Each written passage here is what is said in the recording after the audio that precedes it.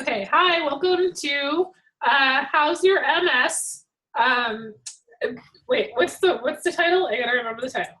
It's a long title, that's why I don't remember. It was like what to do when your doctor asks, how's your MS? Or yeah, instead of yeah.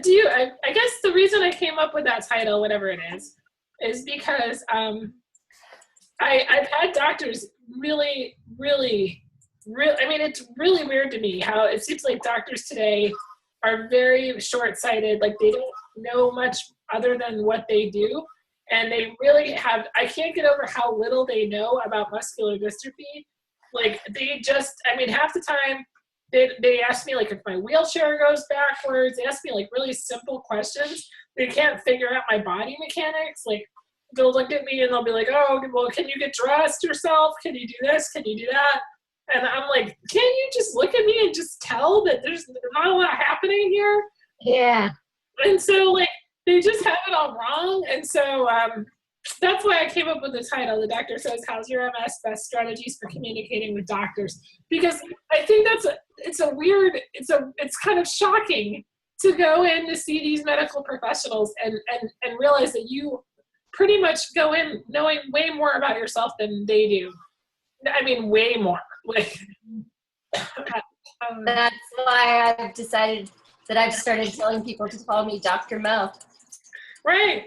Because I don't believe in the medical establishment, they've created their little power circle and their ideas and things. And so, no, I don't think it's legitimate. And so, no, I'm Dr. Mo. So do you guys have any interesting, I guess it started out as like almost like an icebreaker or whatever. No. Do you guys have any interesting stories of a time, and I mean maybe a short little story about a time where a doctor seems like kind of what we're talking about? Stupid? Kind of stupid. Yeah, I guess. Yeah, well, no, I've had I died laughing when I saw the title because I've had the exact thing you said is that they get the MS. They think it's MS. And so many times especially when I go to like the ER, I've one time even like discussed with them about the type of MD I was like, I have like how it's a college 6 thing and blah, blah, blah. And they understand like the actual name's Ulrich muscular dystrophy. And when I went to leave and I got my papers, I found diagnosis MS. Oh. So I've actually had that happen several times. Wow. But one time specifically, when I'd actually told the person filling it out all the papers, oh yeah, I have this specific, and just like, I think that, there was a post a while ago or a discussion about that marathon runner who didn't have MD, but who the media confused and said he did, and then a lot of people were like, why is that not important? Like, why does it matter so much? And it's like, because your diagnosis matters. It really does. And it not only just MD, it's, your specific form of MD matters. And I think, and that's why now I've gotten used to anytime I meet a new doctor at all, I bring information with me about spinal muscular atrophy. Like I print out like an information sheet that explains this is what spinal muscular atrophy does. This is how it affects things. And I make that first appointment a very educational, and it's almost like a workshop in a way. I never go in anymore thinking that they know what I have or that they're going to help me with something that I'm dealing with. And so my doctor that I have now, I went back to her after many years, and I hadn't seen her in like 10 years, and I just knew she didn't remember me that well. She probably didn't remember what I had. I bet she didn't have a file on me anymore, and so I went back to her, and what I liked about her is that she didn't have an ego about it. She was like, yeah, I don't really know about what you're going through. I don't really know what you have. Yep. I would love for you to tell me what's going on and explain to me how your disability works. And that kind of drop of the ego was what made me stick with her, because, it was at least she wasn't pretending, it drove me insane. But she was willing to like listen and learn is the thing. Yeah, that's the same with over the last year, I've built up a relationship, or 2 years, I guess, with my GP similarly.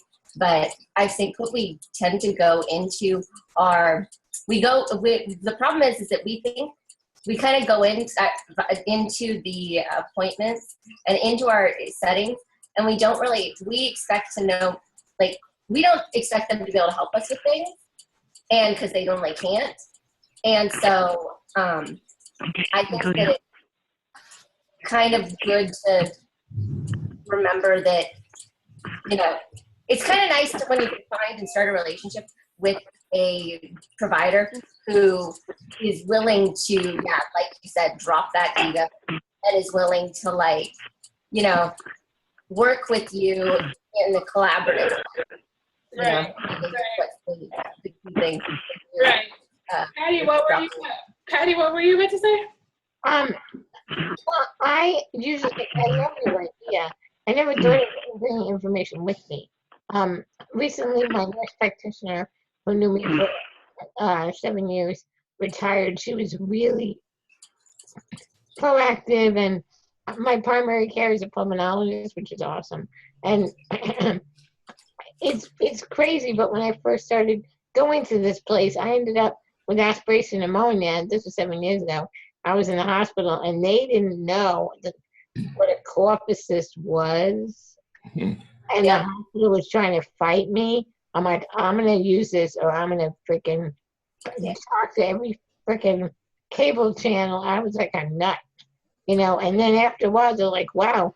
And the doctor, my parents came up to Massachusetts, and the doctor was like, wow, she really knows a lot. And I'm like, yeah, that's why I'm still here, But I never thought about doing it for an office visit. I just got a new nurse practitioner, and I said, are you willing to look up everything about my disability spinal muscular atrophy? Like, I kind of put it in her lap, but I think your idea is better because they can go, yeah, and not do anything.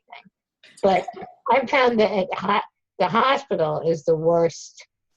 Well, and that's the thing. I always used to wonder about those, like, medical ID bracelets. Like, did I get one? Like, what would happen if I got in a car accident and I was unconscious and they tried to take me in, and what if they, like, I always think about that. Like, what would happen if they tried to give me CPR?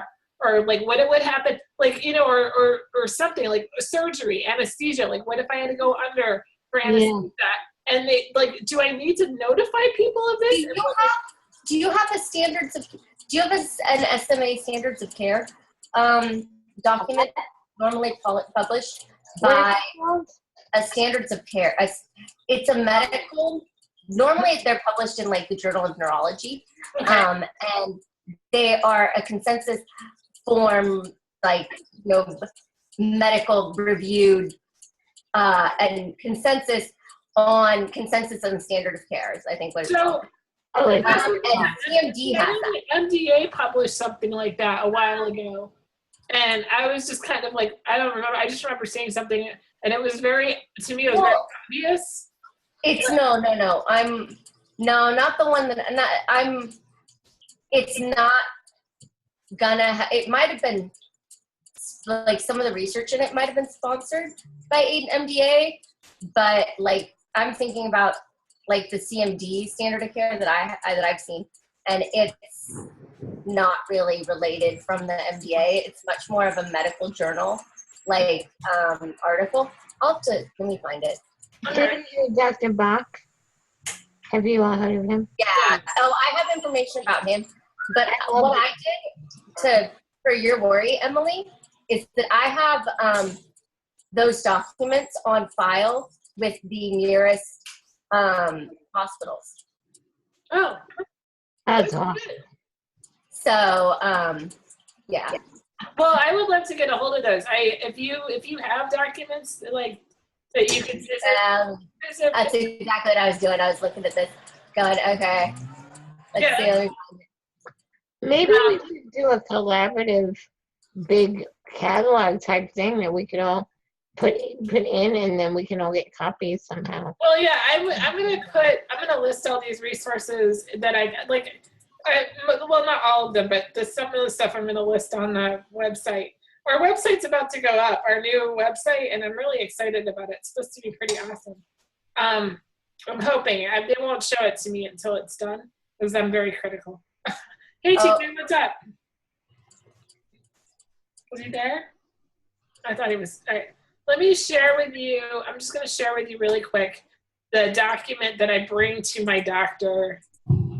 How do I send you my document? You could share it right now during the presentation, and then at the end of the presentation, we could figure something out. Okay. Hold on. So anyway, do you see my doctor thing? Mm-hmm. So this is my doctor deal. It's got, so I brought this to her, I guess, like I did this in July, I guess. But I break it down. I wrote down, you know. By the way, I'm here. I just needed the phone. Okay. I'm listening. It's very interesting. Okay, cool. Well, no, glad you're here. Thanks, TK. So anyway, I wrote, you know, my age, where I'm at, you know, where, you know, just basic stuff about me. And then my major diagnosis is spinal muscular atrophy. And I explained voluntary muscles affected, 43 hours of personal care assistant, uses a power wheelchair, full time for mobility, 0 weight bearing, diagnosed with osteopenia in 2006, weakened lungs at 65% capacity, spinal fusion for scoliosis in 1988. So, and then I break down, and then I talk about my family history. This is awesome. And then I do, like, you know, everybody that died in my family so far, pretty much. I wrote down, like, what the deal is. And then my parents, which they're not dead yet, but, and then I like this part. Status. My mother, healthy, but always thinks she's sick. Mm-hmm. So then here, this is as far as I can go back about my health history. I kind of broke it down, everything that's possibly happened to me. And then, like, the status after, you know, I kind of talk about what I do to treat it, then what my status is. And then, so yeah, I've had pneumonia 3 times, 78, 99, and 2012. Where did you get this form? Is this a form or did you make No, it? I just made it up. I love it. Yeah. I love it. Thank you. And then, How do you- huh? You carry it around with you, or how do you I made this specifically for my doctor when I met her for the first time. Well, not for the first time. I hadn't seen her in 10 years. That document on file. That document is enough. You can put that in. You can just it can be considered a anything you give anything you give, like the system, like Sutter for me, Sutter Health, they it can be, what is it, not living will, but wishes, you don't know, and Right. this is for things that you want them to keep on file to know about. Right. A proxy? Like a proxy? No. No, it's I don't remember. Well, the standard of care, I think, I mean, that kind of ties with it. I can see what you're saying. Yeah, I have a couple documents. So how did I just to share it? I Just saying. share screen. The document is called your advanced directives. Advanced directives.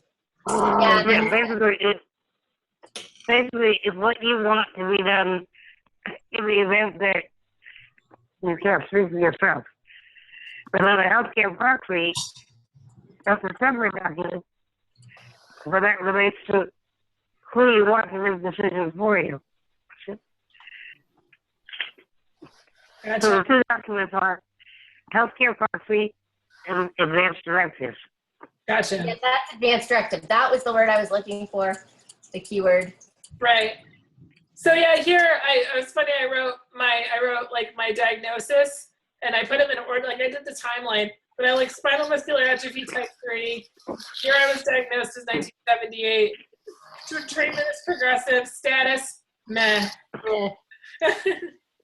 Man, what the hell? You can get it tattooed on your stomach. Wait, what? You can get it tattooed on your stomach. Oh yeah, you're right. Ah. And then at the bottom, I had current concerns and requested referrals. So I explained, like, these are my issues at this very moment in time. At that time, I was dealing with weight gain, lack of hydration versus need for urination. And so I was looking at the SPC, morning headaches, pulmonary weakness. I knew who I wanted to see, so I told him that I wanted the referral. I wanted to give me the referral to that guy. And then reoccurring skin blisters under my right breast and bikini area. And then I talked about that. Reoccurring scalp itchiness, no reason, and I'm trying to figure that out. And then lack of focus, productivity seems to be getting more severe over the years. Stop smoking, What stop is smoking weed. Huh? Stop smoking weed. Yeah, right. I don't smoke weed. I wish that Oh, would I be an explanation. Anyway, the lack of what? You said at the bottom, I didn't see it. lack of focus, productivity. Although lately that's kind of the opposite. I've been very, very productive. You know, can I offer something about, this is kind of off the whatever, but when you talk about your scalp, somebody told me that people with SMA, we have a lot of like yeast in our system. I get very itchy in my head too. So I heard that that's common. I know that doesn't know what this is about, but Interesting. So, So Emily, let me ask you a question. How would you use that document, in case of an emergency? Like, could you like have it on a thumb drive or something, or? No, that's the thing. Now I know with the iPhone they have the new health app where you can actually put in information about yourself, and supposedly somebody in the ambulance is supposed to be looking at it, but that's the thing. I don't really know how to communicate that information. I mean, I think what we end up doing is kind of maybe what Maggie was saying, which would be to, have things on file at the local hospitals. And I don't know, they'll just open a file for you and put it in? They'll put it into a record.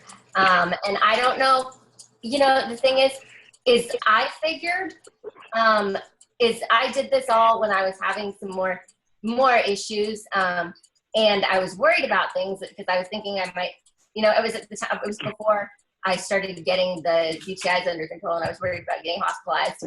But what I did is I just started a document with things that I wanted to have written there, and just didn't really care if it was even,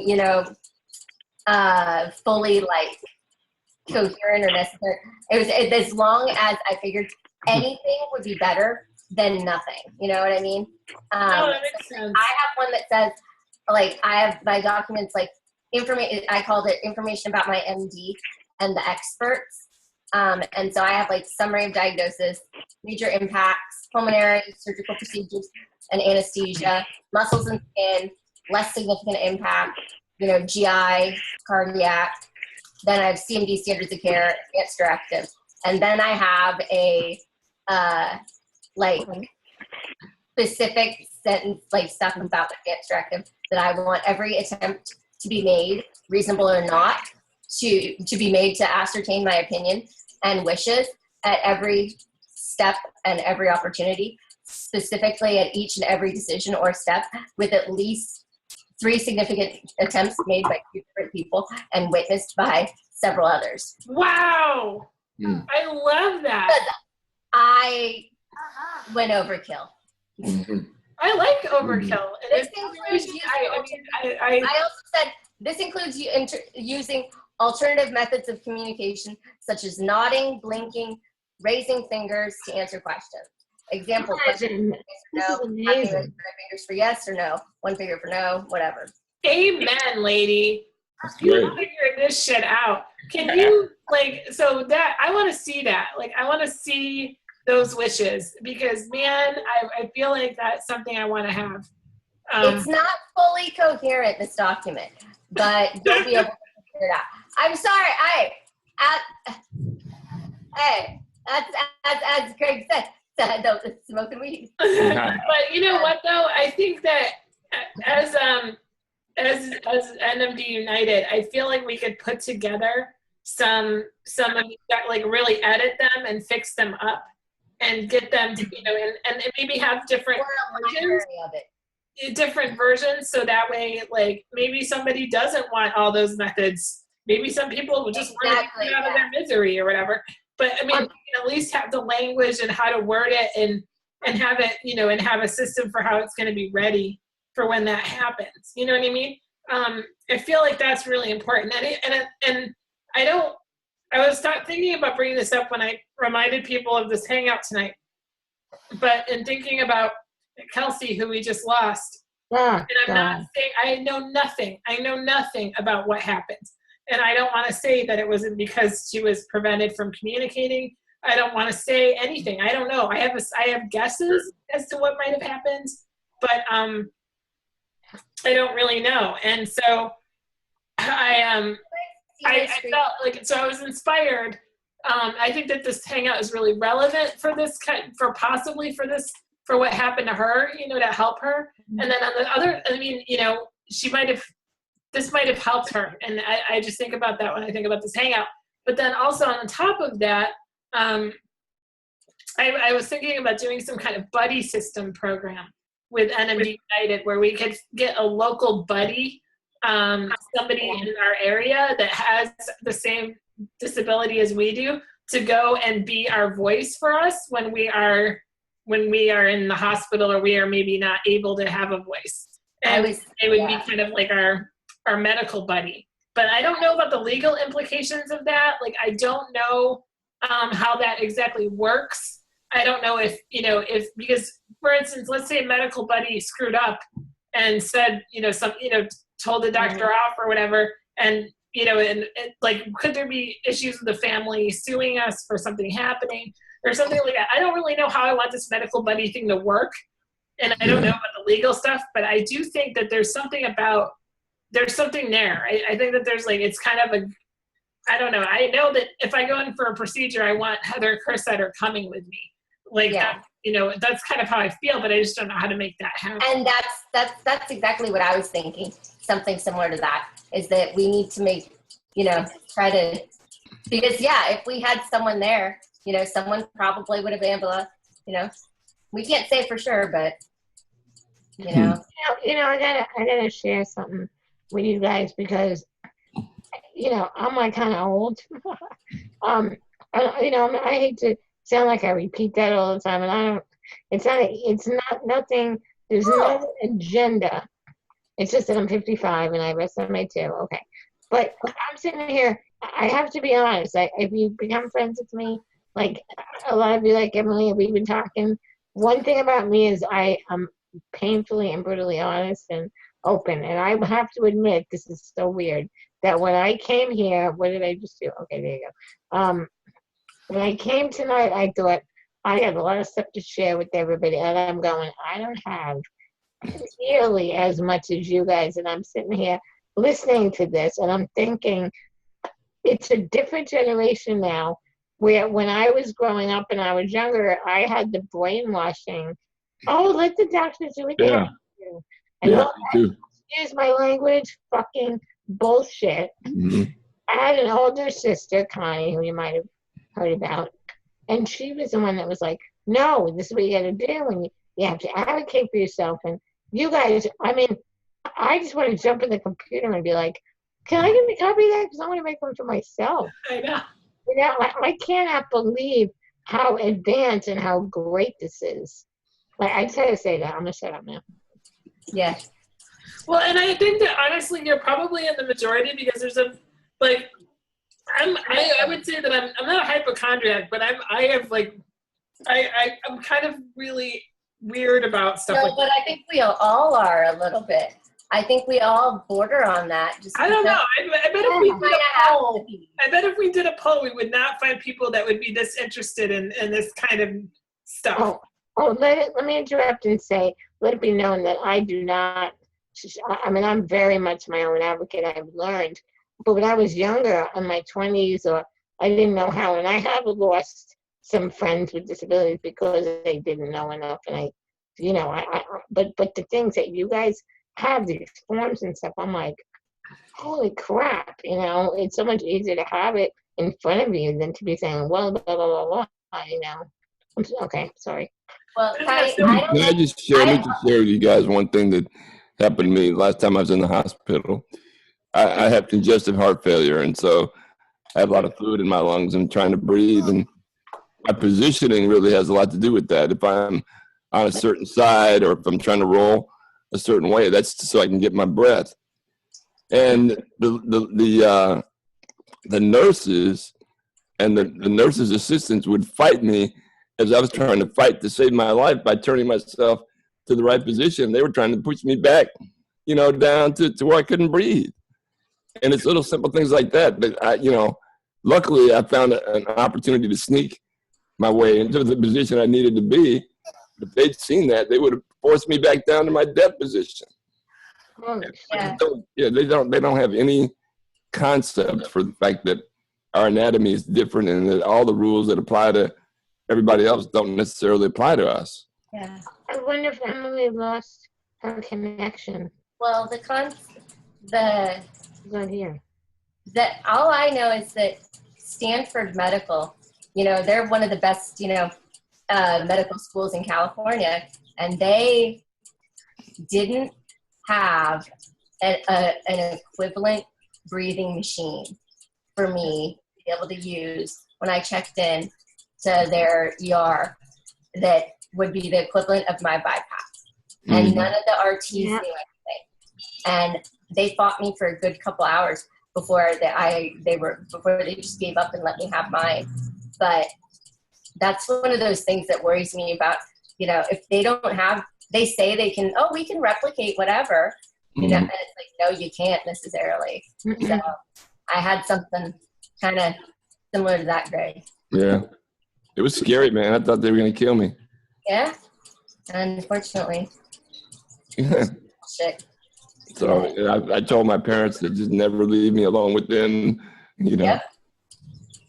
No, I mean, Alana, she's not here right now, but she always talks about bringing her attendants, bringing her team in, and how important that is to have your team involved in hospital stuff. And like, I know that a lot of times Medicaid, and it doesn't pay for when you're in the hospital or whatever, they don't pay people to be there. So they also won't pay people to feed your cat or your dog. So you just don't tell them. I don't tell them. I just go. I don't. Yep, exactly. They're not going to catch you unless it's a long stay. Yep. yeah. And then they go to court and go on TV. I do it. Yeah, exactly. I do it anyway. I don't. And the thing that I found, unfortunately, it's funny because Patty, I know I'm only 29, but it's funny because there's some kids on there. They're even younger than me, and it's funny because it's just like, dude, yeah, okay, I've seen that, but I totally. So I'm always happy and to hear from someone who's older and wiser in any way, shape, or form, even if it's only just an experience, is how I look at it. I'm like, dude, you guys are getting freaked out over this SBC here. Seriously? Okay, come on. No. Here, let me tell you how it really goes. It's fine. You'll be fine.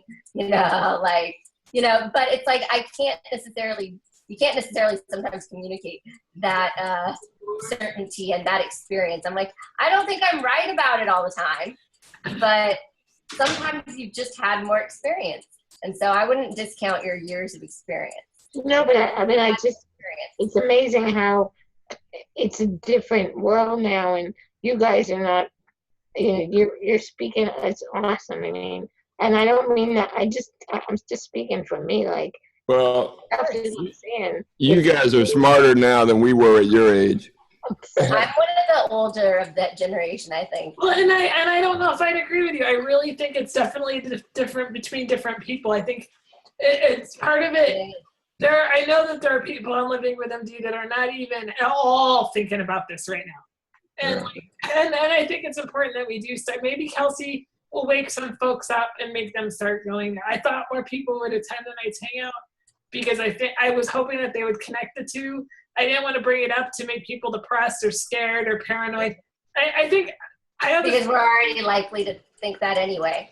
Well, so before I go on about my theories on things, I also think that there's a lot of denial going on and fear. Yes. And so if you're fearing it and you're in denial of it, then you're not going to go to a hangout on it. Because that would kind of remind you of everything that you're afraid of, you know? So, Maggie, will you explain this thing that you're sharing?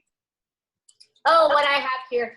This is, as I said, it's not necessarily coherent, but this is my document that I have, the important information about my MD and the experts. And so I have just this little list thing here. And so then what I told you, that every attempt is on here. And this is my document, not for them. So I put a disclaimer on it for my friends and things that, yes, I recognize I'm being a bitch, but don't trust anything any doctor or anyone else tells you. Yep. And then, so this is the beginning. I have CMD standards of care, pulmonary, I summarized that. These are the CMD respiratory management guidelines. What's CMD? Congenital muscular dystrophy. So it's the one that I have specifically, I don't have SMA, I have CMD. And then I have surgery, that's addressed in that. And then I have links to articles on like the Family Guide to Management of CMD, the Cure CMD, they have a couple other ones. And it's, as much as we hate the name Cure, I don't give a shit because it's a good, their stuff is good. I don't care whether that they chose that stupid name, but they have some really good, content, and so then, and then I have a page with recognized experts that I want people to start contacting, I think even Dr. Bach. What else did I have? Oh yeah, that's that. Can you share that with us? Yeah, and then this is, I'll send it to, and then this is the journal, the consensus statement on standard of care for congenital muscular dystrophies. And so it's like in the Journal of Child Neurology. So it's not like actually, I don't even think that we'll see MDA on this. So you can see, definitely not. But that's what I have so far. What I found of my stuff that I made when I was really freaking out. Mm-hmm. I was really freaked out. But So I see all this and I'm like, this just needs to be a little bit more, like what I want is something that's very easy for them to read and follow. And I want them that's the thing, is that I didn't, I knew that I wasn't writing this for anyone who wasn't like in the medical field already. No, but So if I go to the hospital and there's something wrong, I don't want. Well, and that's why I did the little bit, the really quick, the first thing, Right. No. I think that's important, and like having a table of contents almost. Right. The big points.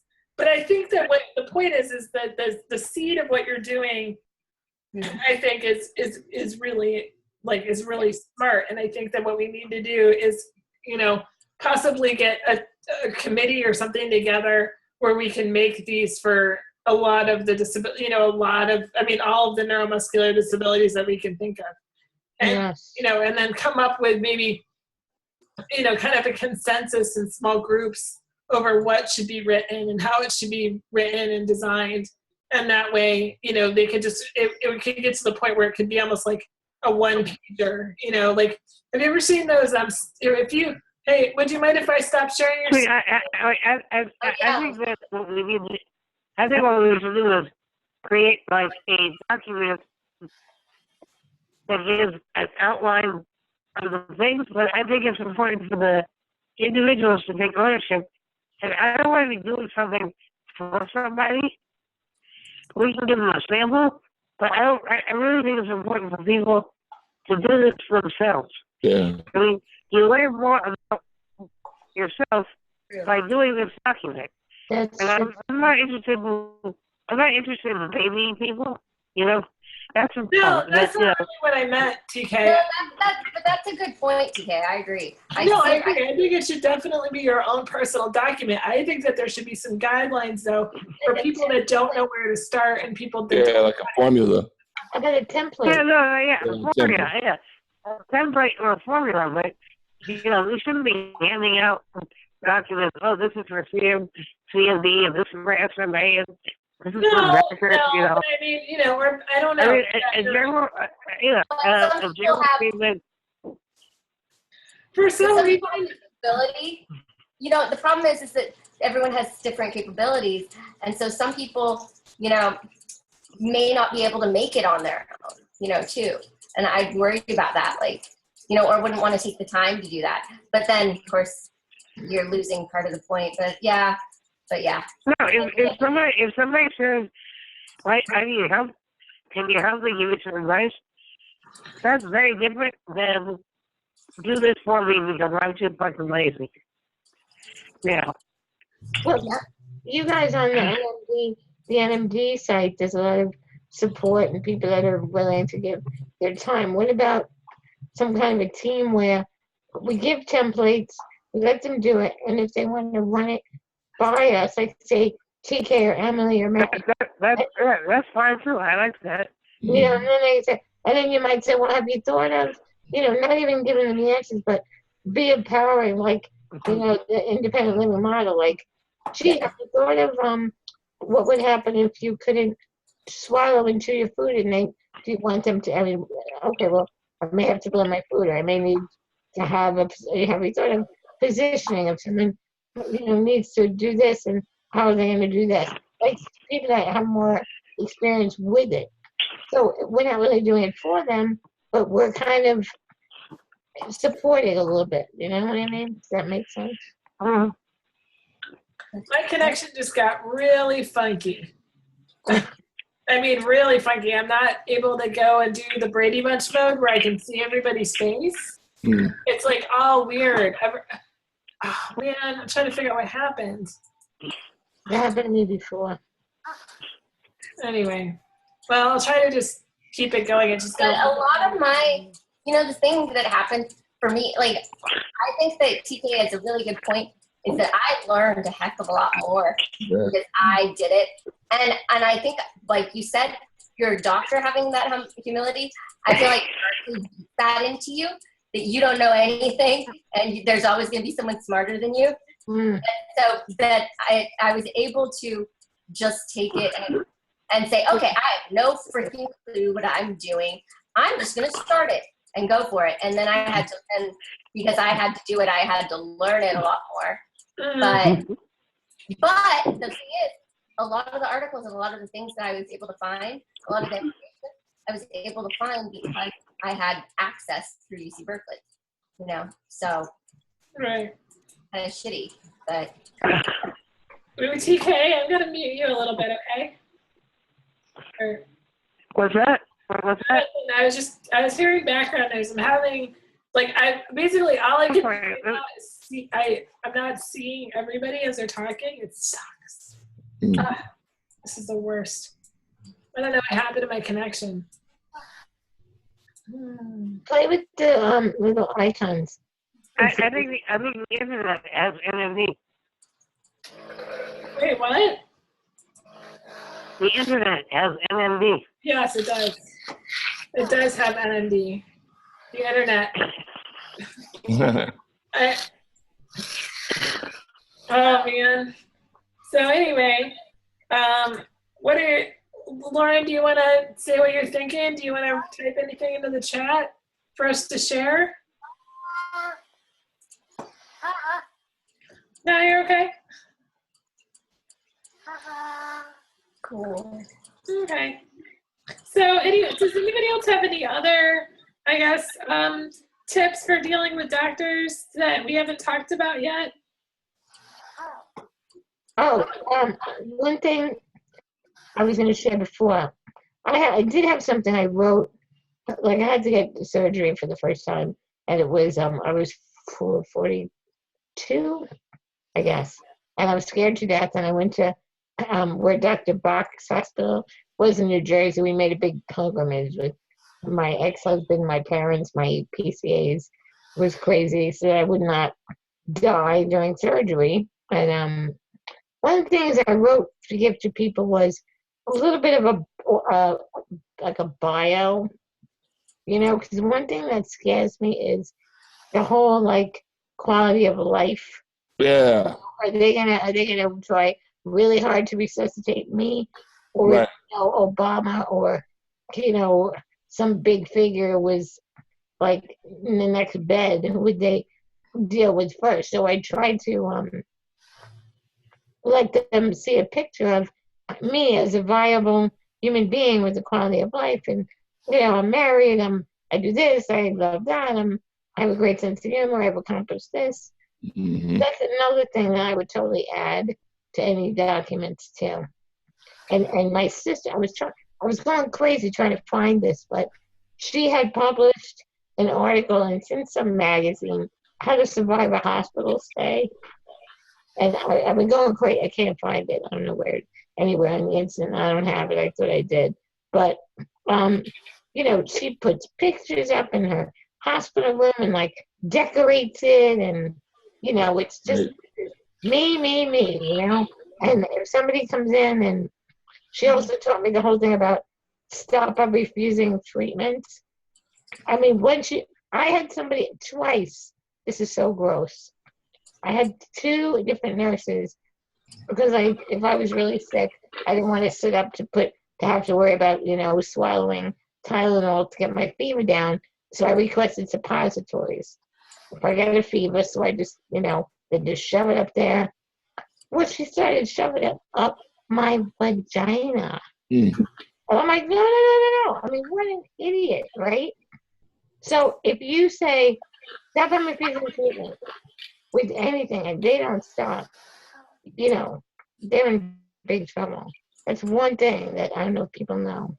Not just stop, ow. Stop refusing treatment. Yep. Yeah. That's one of those really sad things that you have to, that it's, yeah. Yeah. Yeah. No, the thing I was thinking about that I wanted to share is that I been dealing with stuff with doctors and communicating and things like that, is that I've had kind of the experience of being both the, you have to go in gung-ho, strong bitch, but sometimes I feel like over the last couple of years I've learned that sometimes that's not the best tactic, and sometimes it's better to sometimes bring a PCA with you and let a PCA do certain, and sometimes it's better to, approach in a slightly different way, even when you want to just beat the living crap out of someone, but you can't. But also, like, one thing I've noticed though is certain care people, like especially like the people that are like the assistants or the things, they respond better to a caregiver doing anything. And with anything, and I don't even call my attendants caregivers, because I think that's a stupid, but you know what I mean? That's their framework. And like, that's the shitty part, is that those people that are like the assistants that you're not spending as much time with, that you're not, building a relationship with as much, they're the ones. And so sometimes I've found over the last couple of years that sometimes it's easier to just, it's going to work out better to let my attendant be the one to call this, wheelchair company to make an appointment, because the assholes, are bigger assholes, because to me, for some, against, they can't handle having a woman, you know, who's an adult, you know, taking care of, they don't understand, they can't better, but sometimes that's necessary. And then sometimes it's necessary to tell them to go screw themselves and yell at them. You just brought up another point. I have had my PCAs in the hospital with me, even though you know, no one's supposed to know, but Yeah. they stayed there, they've been there. One of the things I have to tell them and guard against is the institutional mindset that starts to creep in if you're in the hospital more than like a week. Because, you know, my PCAs, I train them like, look, this isn't the medical model, the independent living. You know, I'm running the show with my own life. And, you know, one of my PCAs during a hospital stay, I think felt like I was falling off the bed. And if I feel like I'm falling off the bed, or even if I'm not, don't tell me I'm not. Just grab me and, you know, because at home, that's what they would do. And she's like, you're not going to fall. Well, after everybody left, I was like, don't you ever say that again. Don't get like them. Because then you're not, for me, you're not on my team. That's something that I noticed can happen too. They get very, and I'll tell them, like, when I understand about having PCAs, you know, talk for you, you're tired or whatever. Yeah, I'm still here. It's hard. It's hard to unmute the phone. Oh, okay. That's what I figured. I'm back. Yay! I'm sorry. We missed you. I don't know what's going to happen with the recording. I hope it's not totally screwed up. Oh, I started recording. So I don't know what's going to happen after that, but I started recording. We can do a part two if it comes into different recordings. Yeah, right? we'll figure it out. But anyway, I'm sorry I missed your last point. What happened to Greg? Greg had to go. Oh, yeah? Lauren says, I switched doctors for a month, for like a month, and my new doctor thought she knew it all. She wouldn't listen to me. I told my dad I wanted to switch back. It was ridiculous. Yeah, I think it's important to shop around for the right doctor for sure. I did that. I doctor shopped for probably for a year, maybe 2 years. And I would go to him and I'd have my first appointment. And if it didn't go very well, I'd be like, all right, fine, I'm gonna go find another one. It was a waste of time, but I think it's really important to have a good primary. Well, and it's important to switch, you know, to not be afraid to switch if you're not getting the type of care you need, because that's what's been a major part of my health improvements is being like, no, this person is an incompetent moron and they suck and they're not listening. And, you know, and so, you know, so sometimes I've had to switch, but, you know, it was really good for me to learn to like, just be like, you know, no, this is, and I had to do that recently. Most recently, the infectious disease doctor that I've been seeing, you know, for like a year, finally revealed, like, I thought we had built up a decent relationship, but finally, like, revealed his true spots, you know, several months ago, had to, like, call me up and, like, lecture me and tell me that I hadn't been sick, that I hadn't actually had a UTI because, you know, of something. And, like, all my other doctors agreed, yes, I did. I, at the time, had a nurse that came in, you know, from an agency thing to check on me, and a wound nurse. Everyone, all my attendants, it was obvious there was a UTI there. And the doctor just decided, you know, listen to these, you know, tests that weren't even the right tests to run because they were just a stupid analysis test, not the cultures. And I was just like, no, I'm not going to go back now. I'm going to go find another doctor. Like, I don't care if I've spent a year with this guy and I happen he's been decent otherwise. Like, that's just the fact that he really, like, campaigned to, like, make me feel like I didn't know what the fuck I was talking about, you know? Like, purposely. Like, no. For Hey guys, what- I gotta get going here. okay. This is interesting. Okay. Do you have any last thoughts? All right. All right. Well, bye. All right. Take care. Bye. Bye. Bye. All right, I was gonna suggest to you that maybe it's good that you come up. Do you have a written document that you use with your doctors? I mean, is that something that you think you might want to do when you go in to see the doctors? Is like write your like a little, because your writing skills are great. Maybe you could put together like a little essay about yourself and your interests, like a bio, like Patty was suggesting, and and some wishes, things that you're interested, you're concerned about or whatever. And then that way they have that to read, so they actually do pay attention to you. Do you think that's a good idea? Have you done that before? Or? No? Or Yes. Well, she's moving her eyebrows up and down, so I'm thinking maybe it's a yes. I don't know. That means yes. I mean, It's a yes. yes, okay. Oh yeah. Well, that's the thing. When people have trouble talking, doctors are just so impatient, too. Yeah, for sure. It's ridiculous. Yeah. I really liked your idea that you said your sister had of decorating her hospital room. Like, I think that it's important. Like, I consider that, I do that with my own house, like my own room. Like, I want this to make me feel better, let's make it pretty and whatever.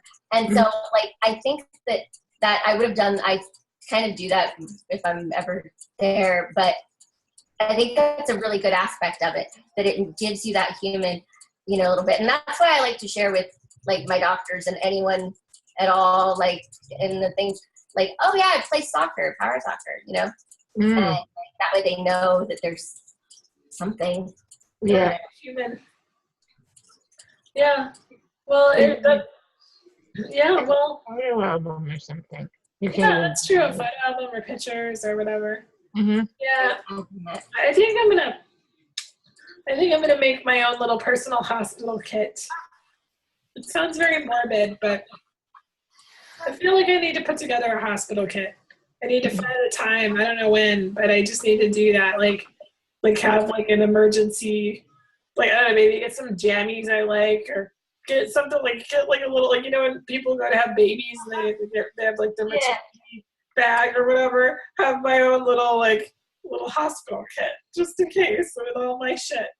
And Well, you don't have to necessarily think of it even as a hospital. Sometimes you just got to go to the ER for something that you're going to be there for 5 hours. And well, yeah, then I can have like a little ER kit. I mean, I have at least something in my maybe- car or on my wheelchair or something. I don't know. I'm trying to give you a little bit of a framework that's not as scary to do it. Well, that's a problem too. Not in a way, I know. I guess you can't prepare for everything, but but so think about it in a wider way too. You can also make a kit to prepare so that you can bring it to any doctor visit too, right. or anything. Even if you just have to see like a freaking random ass person for some random thing.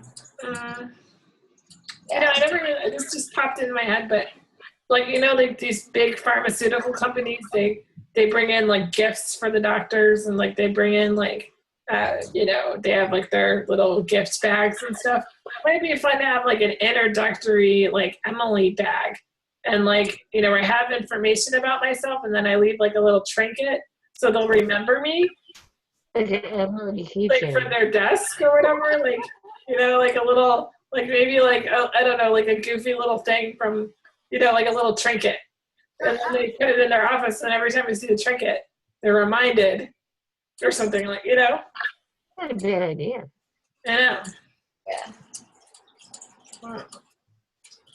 Yeah. It sounds like we're sucking up, but actually, I think it's good to be on their mind sometimes. Well, we're also being humanized. Right. Making sure that they're, individual and Right.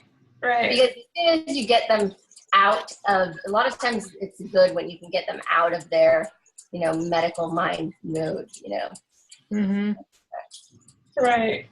Right. I tend to show, like I was showing my pulmonologist, they got on the BiPAP like, I don't know, 4 or 5 months ago. And I took all these goofy pictures with it on, of me and my boyfriend like kissing me with it on, and like he had like, did I ever show you? I probably didn't show you guys, but I'll see if I can. You put one on the MD's with. It was cute. Let's see. I It can was just you. I'll show you this picture. But I was showing my doctor pictures of me wearing it, and they were like cracking up, and it was kind of funny because you could see that I like, I don't know if you can see it, but like, Oh yeah, that's cute. he's like It's like he's the like whole glasses. He's got the tube in his mouth for my, and then this is him like kissing it. Oh, so gross. Anyway, but I really show them funny pictures of like, you know, my life or whatever. I'll just like give them a couple flashes of my, you know, my world. Sometimes I think that helps break the ice a little bit too. Mm-hmm. Yeah. So anyway, well, it's 8:45 or 9:45 where you guys are, right? Or well, and I don't know what time is it where you are? 6:45? 45. Yeah. Yeah. I think I'm gonna get going. I'm tired, and I've got like 1,000-page paper to write. This was good. Huh? This was really good. Well, thank you.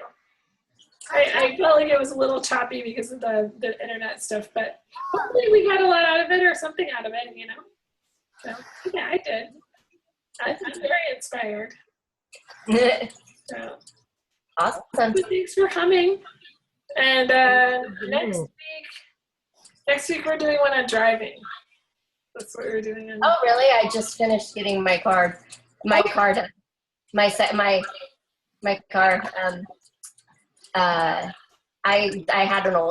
had a car for 9 years, and then one's a newer one. It was dying, dead. Oh, wow. So you drive? Yeah, I've been driving, and I was driving with my feet and, you know, the zero effort steering, zero effort braking. But then in this car, we've switched to driving with a hand control and zero effort steering, zero effort braking. Cool. Still, but I have a electronic gas. Who makes your equipment? Guidio Simplex. Okay. You should take a video of it to bring to the hangout next week and show it off. Yeah, I haven't. It only literally got finished. Like, I have been having to go back and forth to San Diego, which is a 12-hour trip, to get it done. Wow. For like the last 4 months. Oh, It wow. really finished within the last like month. Wow. All right. Well, feel free to come and share your stories next week. We're going to do another driving one, and then a round of SPCs again. SPC Mitrophanol or whatever it is. And then we end off the month, I think, with Corey talking about traveling. And then next month we have a whole new round of hangouts that I haven't even started putting together. But hopefully I'm going to actually have a hangout, like facilitators trained. And then I won't be doing this as much anymore. It's like, When is that? Do you know? No. I will know more at the end of this week, I think. Because I'm going to talk with Lauren Sanford, the project manager, and that's one of her tasks. And so I'm going to see what she wants to do. I want to get her involved too. I know, I definitely want hangout facilitators, but I'm going to be a little bit more strict than Dom was. I'm going to do training. There's going to be specific requirements as far as like how to post hangouts, and and how to get them on the calendar, and just putting it all together. It's a lot. It's work, but I want it done right, and I want it done consistently, because I don't want this. This is a thing that I want people to get used to it happening, no matter what. And I've had to fight through it, because there's been nights where I just don't want to do it, but I do it because I have to. I have to stick to it. So yeah, that's exciting. Uh-huh. Are you doing the cocktail ones or whatever? The happy hours? Yeah. You'd love the happy hours. The happy hours are great. I haven't done it yet. Oh, they're great. They're What- they're way fun because there's just open floor, you know, talking about whatever. It's good. What time of day? Just at the same time as this one, but on Thursday. Hmm. It's an open floor. We've had busy ones, we've had not so busy ones. It kind of depends. It changes every week. But yeah, it's good. Anyway, Lauren comes to him. It's great to see you guys. Yeah, Yep. good to see you guys too. All right, well, thanks for coming. Good night, you everybody. Good night, you guys. Bye. Bye. Thanks for sharing. Bye. Bye. Bye.